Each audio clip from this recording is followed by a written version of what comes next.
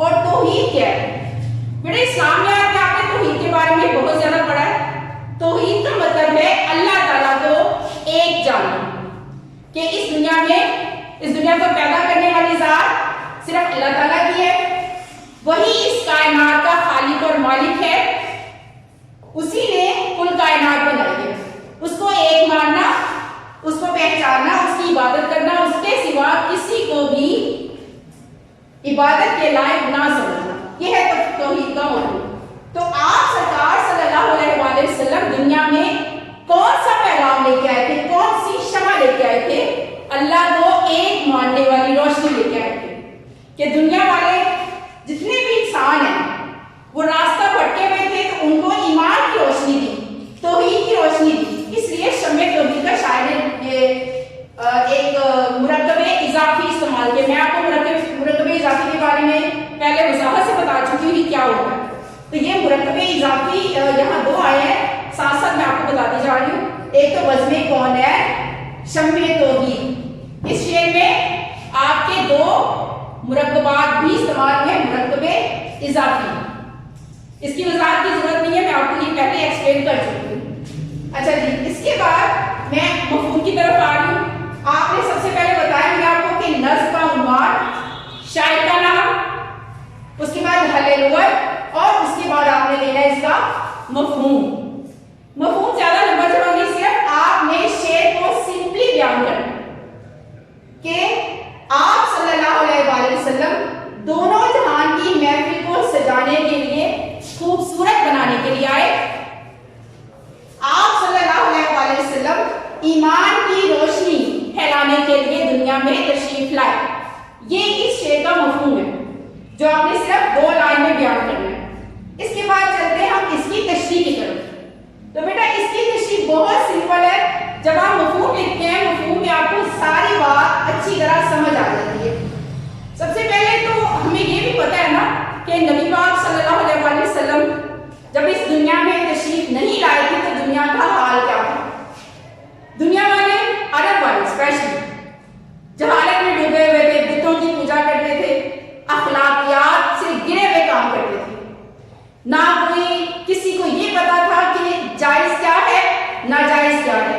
کسی کو اچھے برے کی تمیز نہیں تھی، اچھائی اور برائی کا کوئی فرق نہیں تھا. لوگ جاہل تھے. جاہل اسی کو کہتے ہیں نا جس سے پتہ ہی نہ ہو اصل کیا ہے، نقل کیا ہے، اچھا کیا ہے، برا کیا ہے. تو انہیں پتہ ہی نہیں تھا کہ ہم کون ہیں، ہم کس لیے ہیں، ہمیں پیدا کس نے کیا ہے. جب بتوں کی پوجا کرتے تھے، انہی سے مانگتے تھے اور اخلاقی برائیوں میں گرے ہوئے تھے. تو آپ صلی اللہ علیہ وسلم کی آمد نے ہر طرف نور اور روشنی بکھیر دی. آپ صلی اللہ علیہ وسلم جب دنیا میں تشریف لائے تو دنیا میں ایمان کا نور پھیل گیا. آپ نے توحید کی روشنی پھیلائی، اللہ کو ایک ماننے کا پیغام دیا، جس سے ہر طرف لوگ اللہ کو ایک ماننے والے بن گئے. جی بیٹا ہمارا اگلا شعر ہے، مکے شعر کی طرف آئیں گے. ہمارا نیکسٹ جو شعر ہے، ایک پیغام جو ہر دل میں اجالا کر دے، ساری دنیا کو سنانے کے لیے آپ آئے. سب سے پہلے شعر کو آپ نے جب لکھنا ہے نا تو اس کے ورڈ میننگ، میں پہلے بتا چکی، ورڈ میننگ پہ آپ نے کنسنٹریشن دینی ہے. سب سے پہلے آپ نے جب میں پہلے بیان کر چکی ہوں، دوبارہ پھر آپ کو سمجھا رہی ہوں کہ پہلے آپ نے لکھنا ہے نظم کا عنوان. نظم کا عنوان یہاں پہ کیا آئے گا، نعت. سیکنڈلی شاعر کا نام، شاعر کا نام کیا ہے، ساغر صدیقی. اور تھرڈلی آپ نے دینا ہے حل لغت، یعنی الفاظ کے معنی. ان میں جو الفاظ مشکل ہے، پہلے پیغام. پیغام کا مطلب ہے اطلاع، زبانی بات. اس کے بعد ہے اجالا، بہت ایزی ورڈ ہے، سب کو پتہ ہے اس کا. اجالا مطلب روشنی. اور آپ یہاں پہ پھر آپ کا لفظ استعمال ہوا ہے تو آپ کے اوپر سواد کا چھوٹا سا سائن ہے، ہاں سرا ہے، تو اس کا مطلب آپ صلی اللہ علیہ وآلہ وسلم. اس کے بعد اس کا مفہوم آپ سمجھیں گے اس کو الفاظ کے معنی کی مدد سے. آپ صلی اللہ علیہ وآلہ وسلم، کیونکہ یہ نعت ہے، نبی پاک صلی اللہ علیہ وآلہ وسلم کی ثنا خوانی ہے، تو شاید نبی پاک صلی اللہ علیہ وآلہ وسلم کی حمد و ثنا، ان کی تعریف و توصیف بیان کرتے ہوئے یہ ہمیں بتانے کی کوشش کر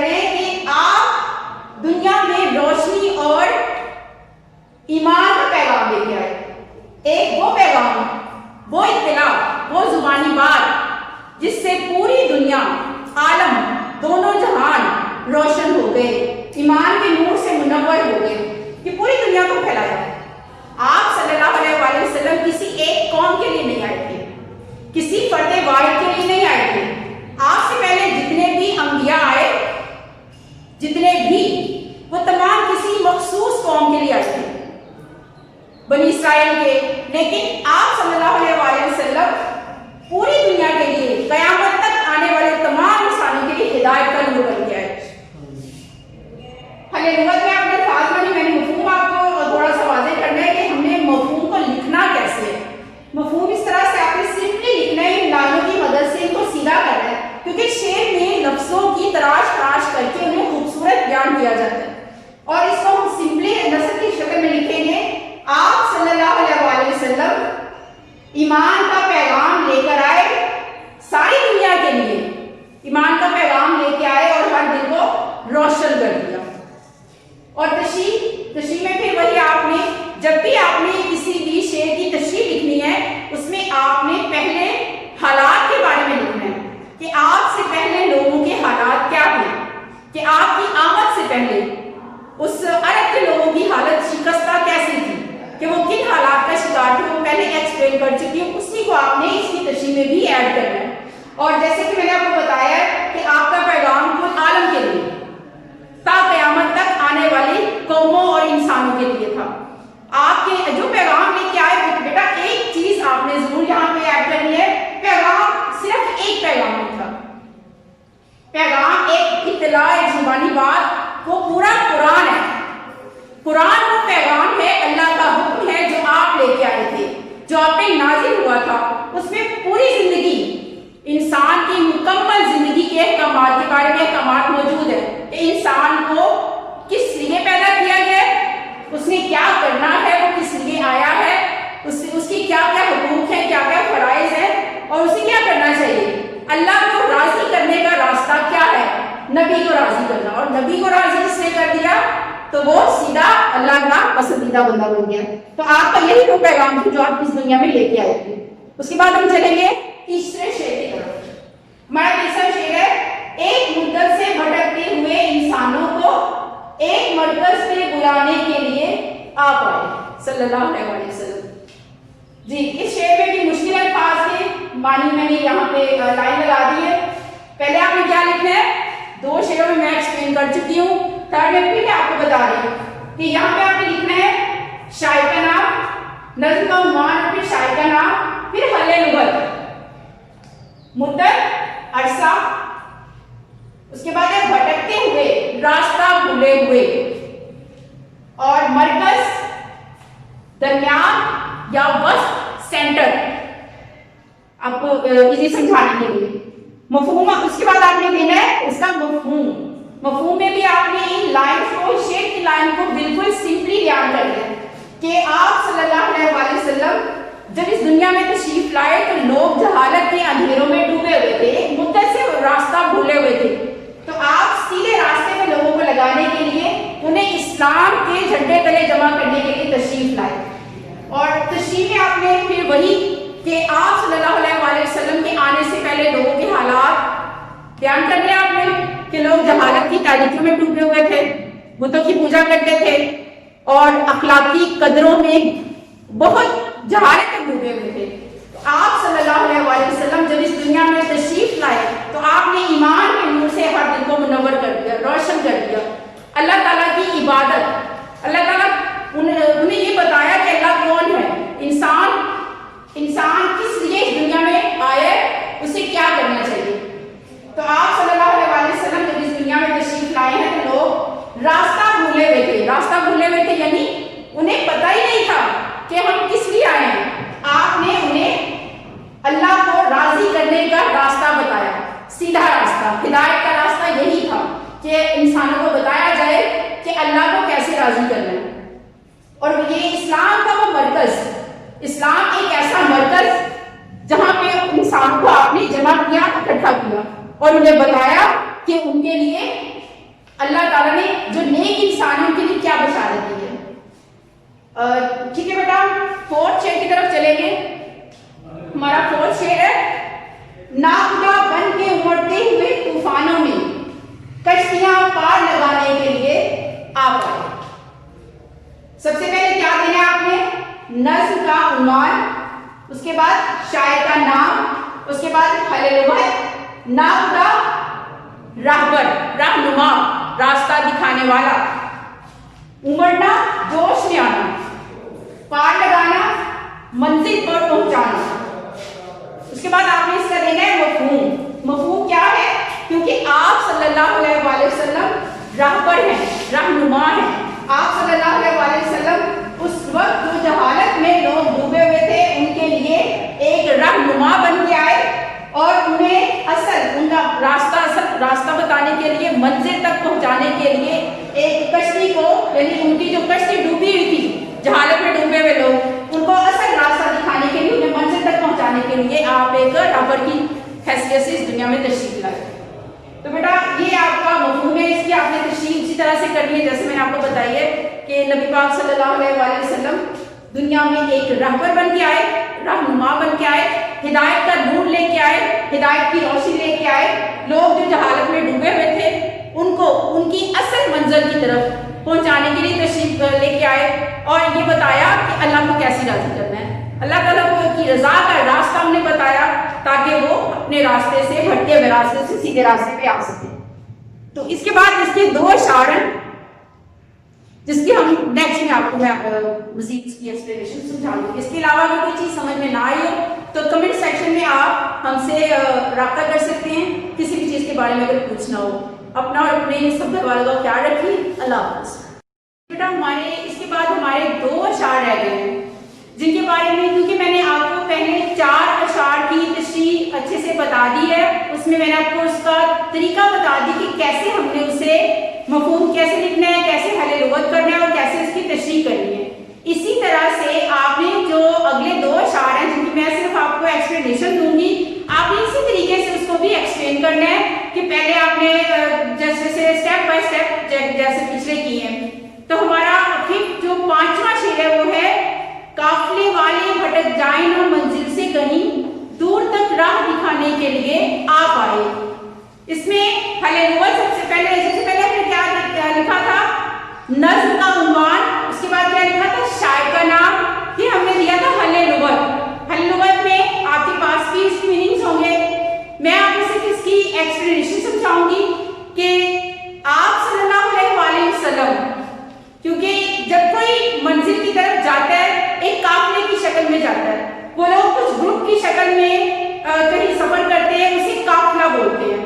اور ایسا بھی ہوتا ہے کہ قافلے والے جب کسی منزل کی طرف جاتے ہیں گروپ کی شکل میں تو ان میں سے ایک بندہ ایسا ہوتا ہے جسے اس منزل تک جانے کا تمام راستہ پتہ ہوتا ہے. اس لیے آپ صلی اللہ علیہ وآلہ وسلم بھی اس کارواں کے راہبر تھے. آپ صلی اللہ علیہ وآلہ وسلم نے جب اسلام لوگوں کو پھیلایا، لوگوں کو دین کی دعوت دی، تو آپ اس کے لیے ایک راہبر کی حیثیت سے تمام وہ انسان کو اپنے پیچھے لے کے چلے کہ ایمان کے راستے کی طرف اللہ تعالیٰ کو راضی کرنے کا راستہ کیا ہے، اور انہیں ایمان کے نور سے منور کیا اور انہیں جنت کی روشنی دکھائی. تو یہ اس میں آپ مزید ایڈ کر سکتے ہیں کہ اس کی تشریح میں آپ نے پچھلے جتنے بھی اشعار کی تشریح ہے اس میں سے بھی آپ اس کی ایکسپلینیشن میں ایڈ کر سکتے ہیں. آپ کو میں نے اس کا مفہوم سمجھا دیا ہے. اور ہمارا لاسٹ ہے چشم بیدار کو اسرار خدائی بخشے، سونے والوں کو جگانے کے لیے آپ آئے صلی اللہ علیہ وآلہ وسلم. چشم بیدار یہ کیا ہے؟ بیدار کہتے ہیں جاگا ہوا. جب کوئی انسان اٹھتا ہے نا اس کو کہتے ہیں یہ بیدار ہو گیا ہے، یعنی جاگنا، اٹھنا. اور چشم کہتے ہیں آنکھ کو. سوچ سمجھ والے وہ بندہ جو نیند سے جاگتا ہے اور وہ ہوش میں آ جاتا ہے. یہ لفظ سے سمجھا رہی ہوں آپ کو. تو آپ صلی اللہ علیہ وآلہ وسلم نے ان لوگوں کو ہدایت کا راستہ دیا جو سوچ سمجھ رکھتے تھے، جن میں کچھ اس طرح کا شعور تھا، جن کے دل میں ایمان تھا لیکن انہیں راستہ پتہ نہیں تھا، انہیں اللہ کا پہچان اللہ کی نہیں تھی. تو آپ نے ایسے لوگوں کو ہدایت کا راستہ دیا. آپ نے تمام انسانوں کو ہدایت کا راستہ دیا لیکن راہ انہوں نے پائی، سمجھ انہیں آئی جن کے پاس ایمان کی روشنی تھی. جو کفر کے راستے پہ تھے ایسے لوگ جیسے ابو جہل جیسے لوگ، ابو لہب، یہ لوگ ایسے لوگ تھے جن کے بارے میں قرآن نے یہ فرمایا سمن عمیٌ بکمن عمیٌ فہم لا یرجعون. تو یہ بہرے گونگے ہیں، ان کو جتنا مرضی سمجھا لے یہ سمجھ میں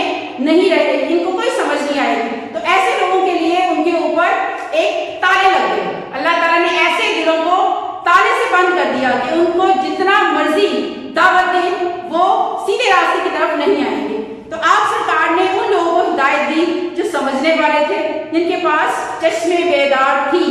تو آپ صلی اللہ علیہ وسلم نے، چونکہ آپ کو میں نے بتایا کہ آپ نے جو لوگ جہالت میں ڈوبے ہوئے تھے ان کو راہ راست پہ لانے کے لیے ایمان کا نور دیا.